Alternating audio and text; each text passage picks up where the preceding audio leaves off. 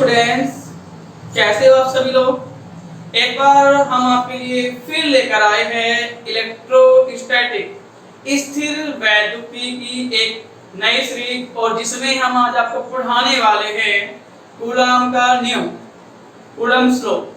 देखिए बच्चों, कूलॉम के नियम से पहले हम आपको एक चीज डिस्कस करने वाले हैं जिसका नाम है बिंदु आवेश। क्योंकि बहुत से बच्चे कूलॉम के नियम पर रट लगा लेते हैं कि दो बिंदु आवेशों के बीच लगने वाला आकर्षण या प्रतिकर्षण। तो पहले यही डिस्कस कर लेते हैं कि व्हाट इज पॉइंट चार्ज, बिंदु आवेश आखिर होता क्या है। देखिए मैं आपको बता दूं, अगर किसी भी आवेशित वस्तु का जो आकार होता है वो उन आवेशों को पृथक करने वाली दूरी के कंपैरेबल बहुत कम होता है। मान लीजिए क्या है, मेरे पास ये कोई वस्तु है, ठीक है, और इसका आवेश कितना है आपके पास, Q1 है, और एक वस्तु हमारे पास क्या है, एक वस्तु हमारे पास ये वाली है, इसका आवेश क्या है, Q2 है। अगर इन दोनों जो आपकी आवेशित वस्तु है उनका जो आकार है, ठीक है, वो इनको पृथक करने वाली जो दूरी है उसकी तुलना में बहुत कम हो, तब हम कहेंगे कि ये जो वस्तुएं है ये क्या है, ये बिंदु आवेश है।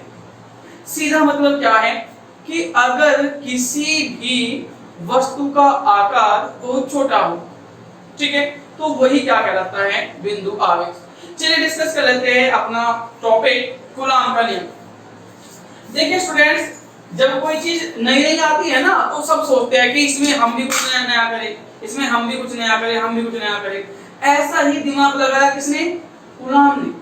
कूलॉम साइंटिस्ट थे फ्रांस के, और सन 1785 ईस्वी में उन्होंने ये दिमाग लगाया कि यार आवेश के बारे में सब डिस्कशन कर रहे हैं, क्यों ना हम भी कुछ डिस्कस करें।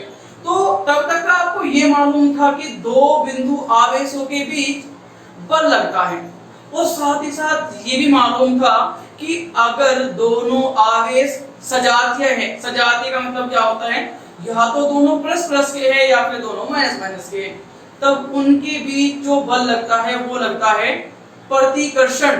प्रतिकर्षण का मतलब क्या है कि मान लो ये भी आपका पॉजिटिव चार्ज है, ये भी आपका पॉजिटिव चार्ज है, और मैं क्या है, मैंने ऐसे रख दिया तो ये क्या है, ऐसे जाएगा तुरंत, ठीक है, बिल्कुल जैसे जो है झटका लगता है, शूं ऐसे।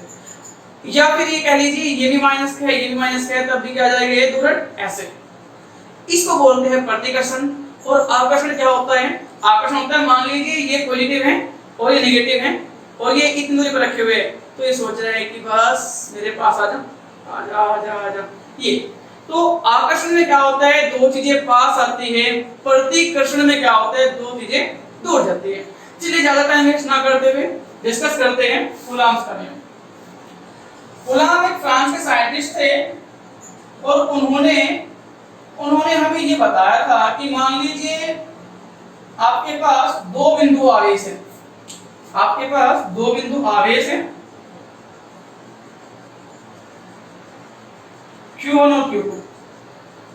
तो उन्होंने ये बताया था कि दो बिंदु आवेशों के बीच जो लगने वाला बल है, दो बिंदु आवेशों के बीच जो लगने वाला बल है, देखिए वो बल आकर्षण भी हो सकता है और प्रतिकर्षण भी हो सकता है। ये डिपेंड करता है किस पर, इन आवेशों के चिन्ह पर।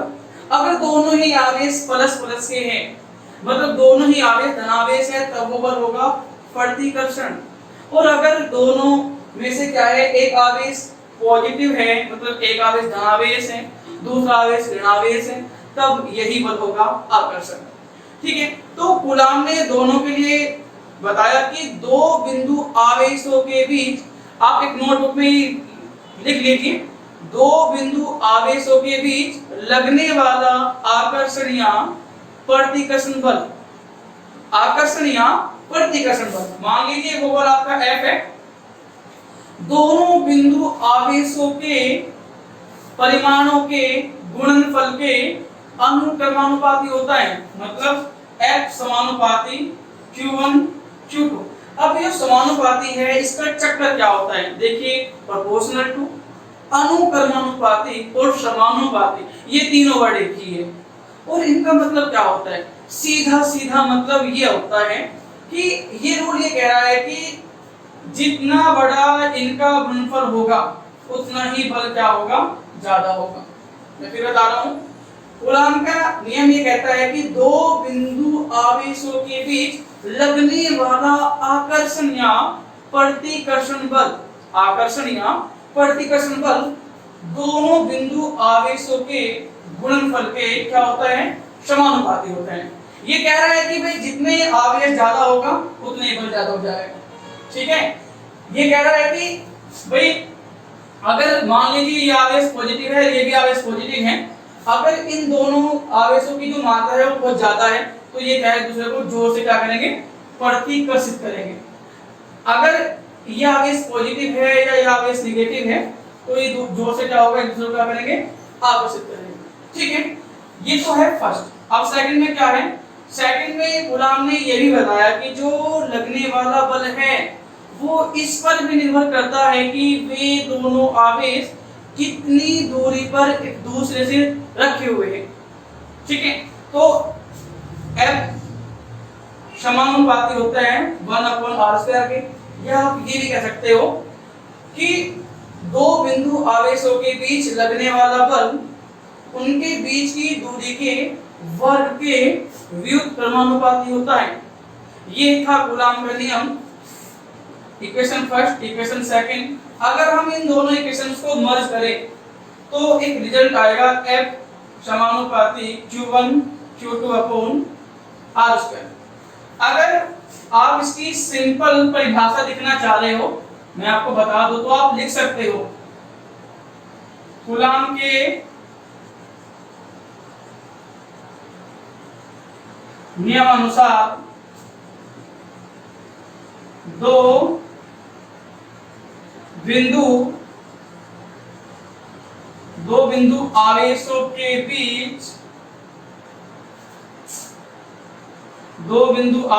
बीच लगने वाला आकर्षण या प्रतिकर्षण बल दोनों बिंदु आवेशों के गुणनफल के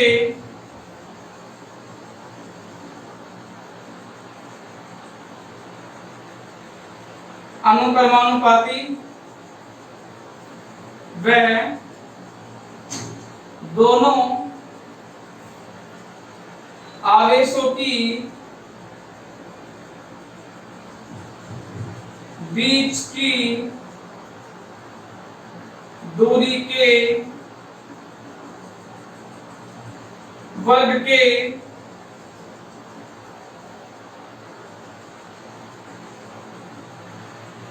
व्युत्क्रमानुपाती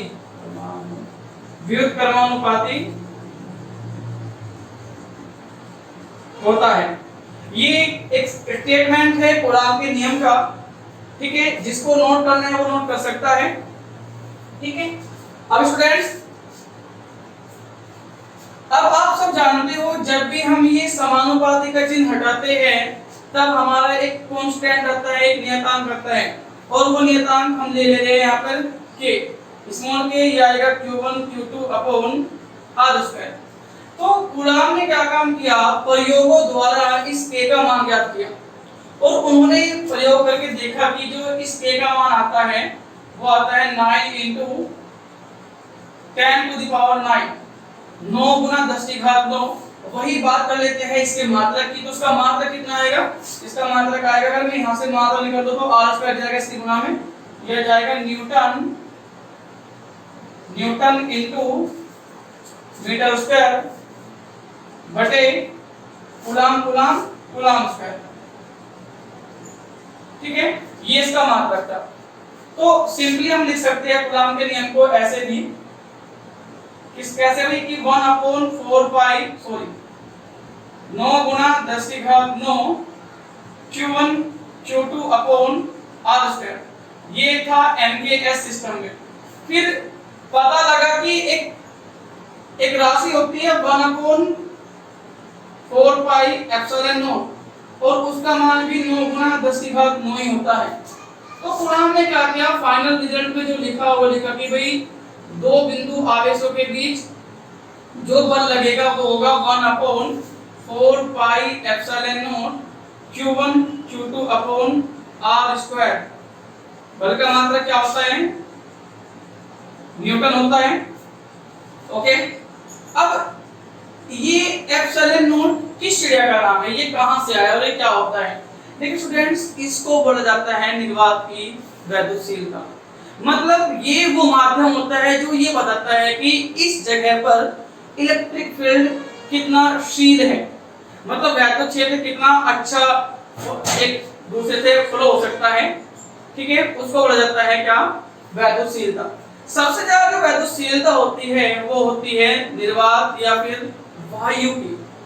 ठीक है, सबसे ज्यादा जो वैद्युतशीलता होती है वो होती है निर्वात या वायु की, और इसको बोला जाता है एप्सिलॉन नॉट। मैं लिख दे रहा हूं, इसको बोलते हैं निर्वात या वायु की वैद्युतशीलता। ठीक है, अब स्टूडेंट्स एक बार डिस्कस कर लेते हैं हम